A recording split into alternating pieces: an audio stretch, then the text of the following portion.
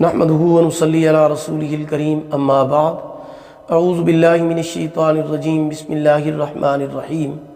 محترم سامعین کرام، السلام علیکم ورحمۃ اللہ وبرکاتہ۔ امید ہے کہ آپ سب خیریت سے ہوں گے۔ اللہ پاک آپ کی تمام دعاؤں کو، دلی مقاصد کو پورا فرمائیں۔ اللہ پاک آپ کی مشکلات کو آسان فرمائیں۔ آج ہم بات کریں گے خواب میں نمک کو دیکھنے یا اس کو کھانے کے حوالے سے۔ اس کی مختلف صورتیں اور ان کی مختلف تعبیریں ہیں۔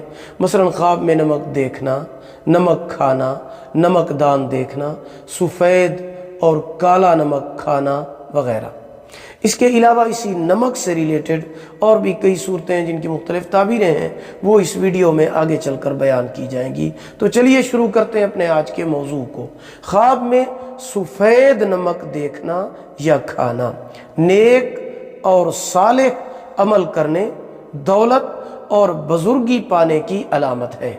خواب میں کالا نمک کھانا فتنہ اور فساد میں مبتلا ہونے، تکلیف پانے اور نقصان اٹھانے کی علامت ہے۔